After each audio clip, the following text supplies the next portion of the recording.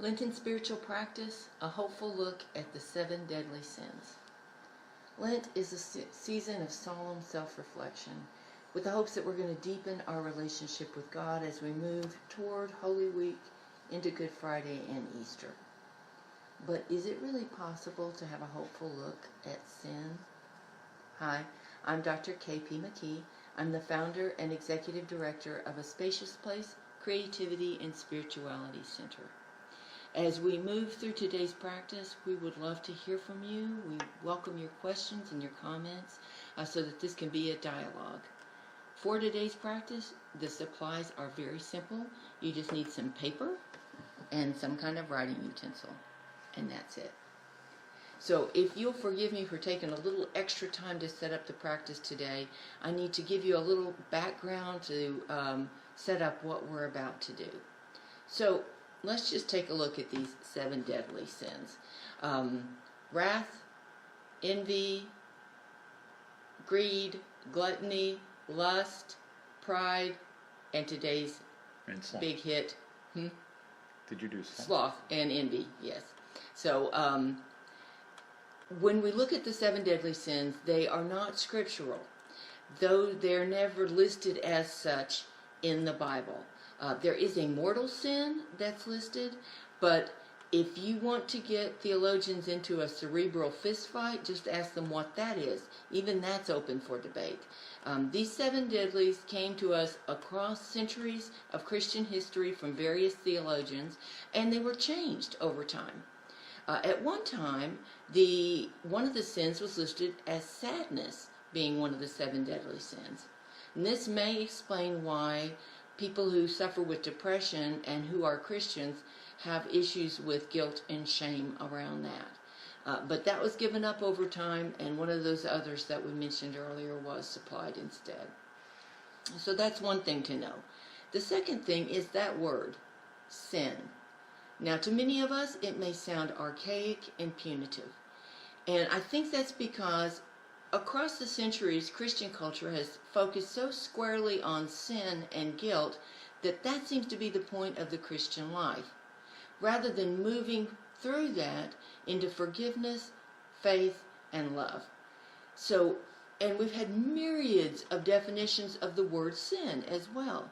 From Jonathan Edwards' sermon, Sinners in the Hands of an Angry God, with its images of us being held over the brimstone fire of hell. By the way, not all of his theology is that terrifying. And then there's Julian of Norwich's picturing of sin as someone falling off a path into a ditch. For our purposes for this Lenten season, we're going to define sin this way: as that which keeps us from God's hopes for us, that which keeps us from reaching our human potential.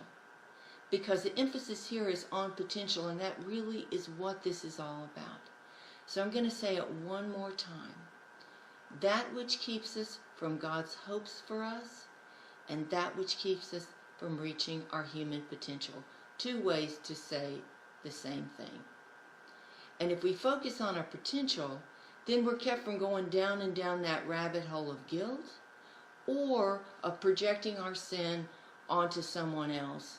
And when we do either of those things, we're going to miss out on the abundant life that God hopes for us. So that leads us to our first practice, which is the practice of hope. So to begin that, why don't we take a little time and just get centered and get ready to breathe and focus on this practice. So let's get comfortable but alert in our chairs and turn our gaze downward or close our eyes, whatever works better for you.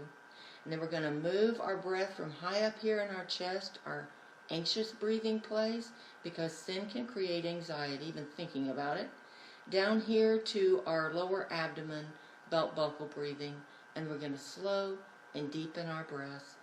Let's do that together.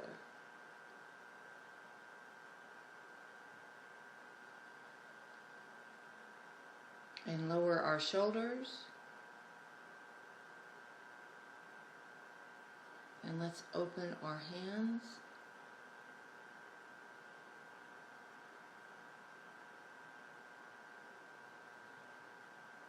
One more breath.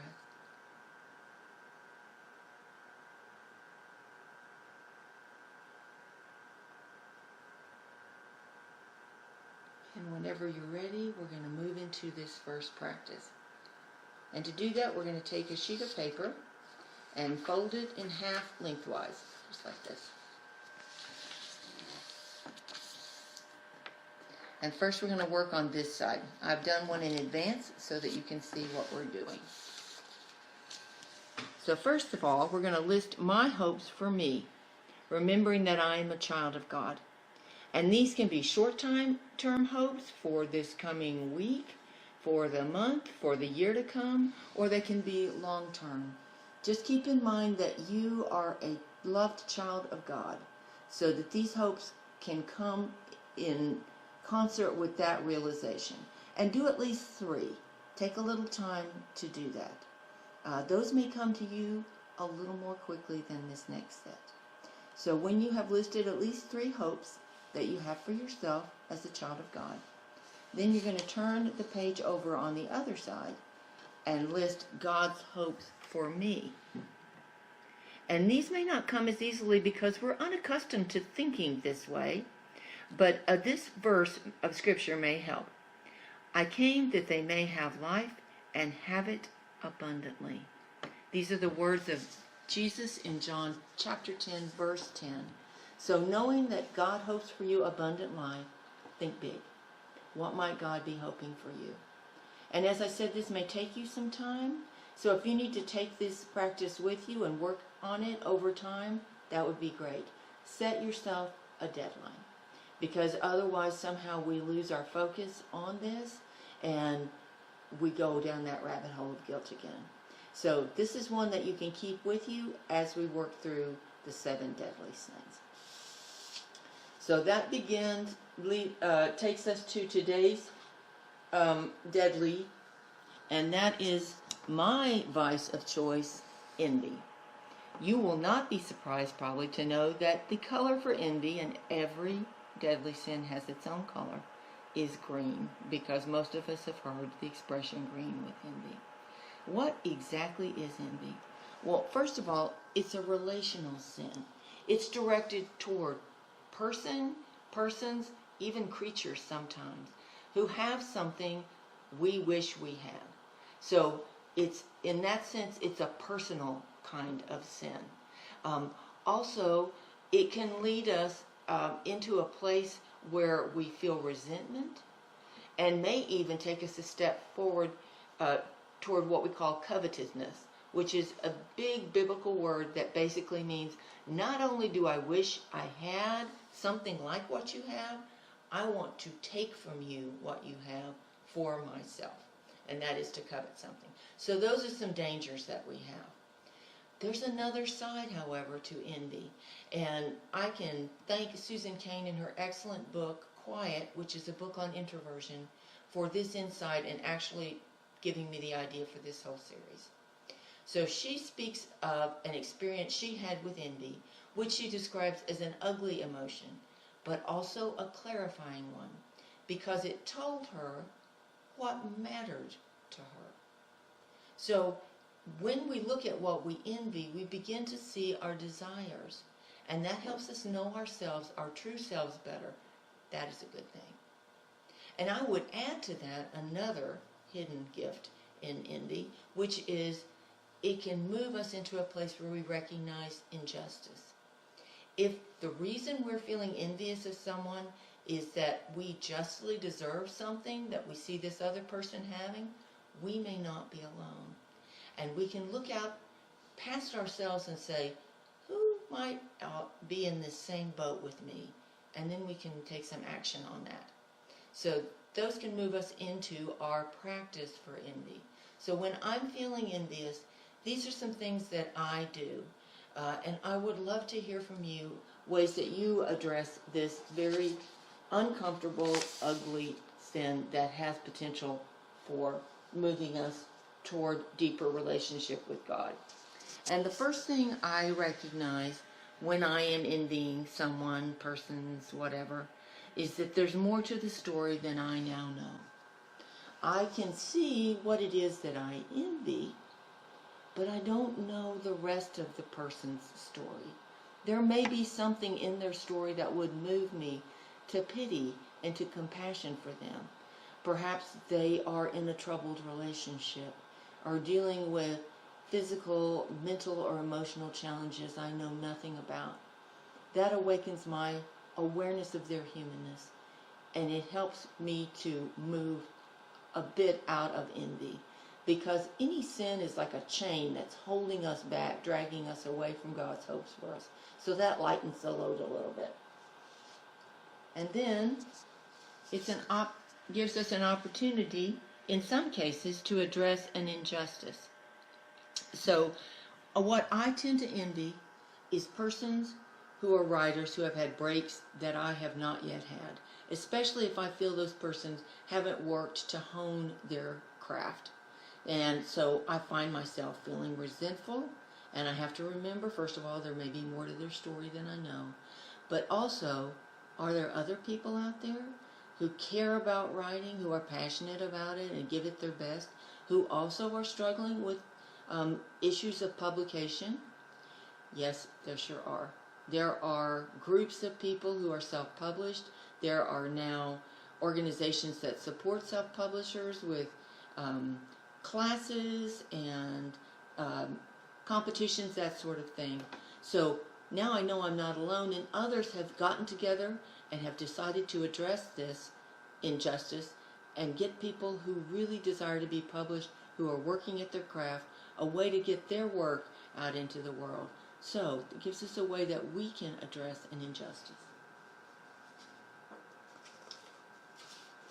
The next thing that I try to do is to practice gratitude. So because I am dealing with ongoing issues of envy toward published writers, I think about published writers who I am very grateful had the break to get published. My life would be so much poorer if there were not the published works of Madeleine L'Engle, C.S. Lewis, Maya Angelou, John Steinbeck. The list goes on and on.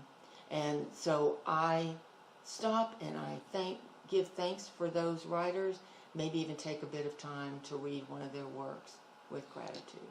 And J.R.R. Tolkien has a movie about his life and his writing coming out. Yeah, that would be a great way to look at a writer who we're all, at least I am, and our family members are very, very grateful, found publishers. And then I get on with my to-do list. And that just basically means, yeah, there are some things I don't have control over. I don't have control over the publishing world, but I can keep writing. I can keep writing, I can keep honing my craft, I can keep offering it wherever it will be received. That's what I can do. And when I move into that place, that is a grace for me, and again, it lightens the load of the envy. And then the last thing, and I do this last,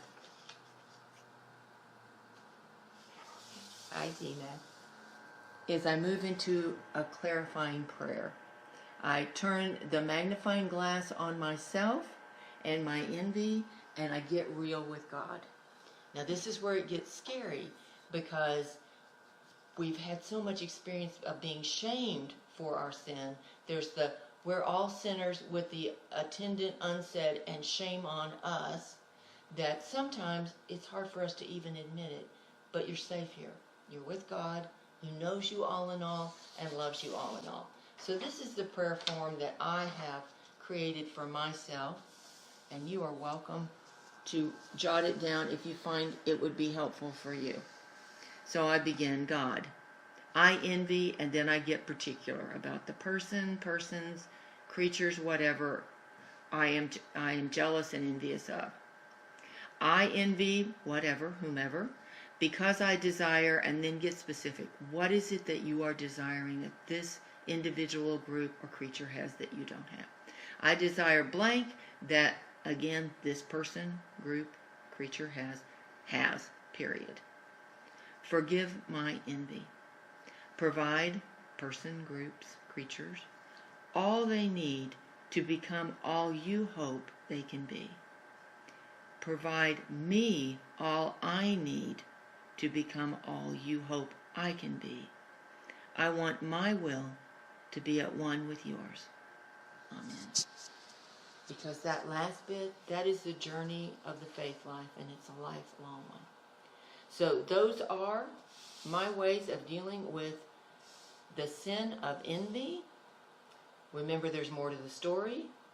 Use it as an opportunity, if you can, to address an injustice. Practice gratitude. Create your to-do list, because that's something you can do. And pray a clarifying prayer.